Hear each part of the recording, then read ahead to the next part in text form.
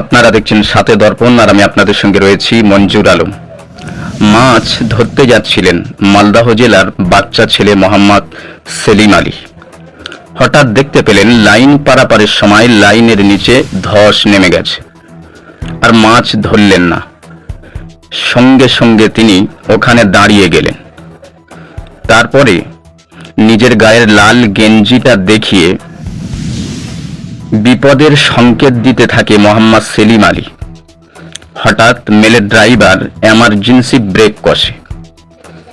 তারা নেমে এসে দেখেন লাইনে ধস। মালদহ জেলায় এই মর্মান্তিক ঘটনার জন্য নায়ক হয়ে সাক্ষী হয়ে থাকবে বাচ্চা মোহাম্মদ সেলিম আলী। তার দ্বারাতে বেঁচে গেল হাজার হাজার যাত্রীদের প্রাণ। দেখুন এক্সক্লুসিভ রিপোর্ট।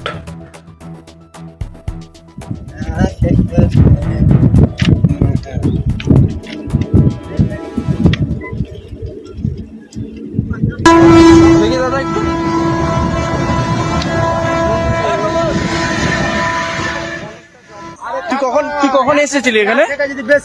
কখন এসেছিলি এখানে? হ্যাঁ, আমার জাল লাগা আছে।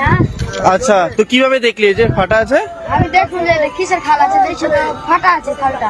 ফাটা আছে? হ্যাঁ, আমি এই কাঞ্জিটা খুলে নিয়ে দেখাচ্ছি। তুই গেঞ্জি, এই লাল গেঞ্জিটা খুলে ট্রেনকে দেখিয়েছিস? তারপরে ড্রাইভার দাঁড় করিয়ে ফেলেছে, তাই তো? আমি তো দেখেছি। আচ্ছা,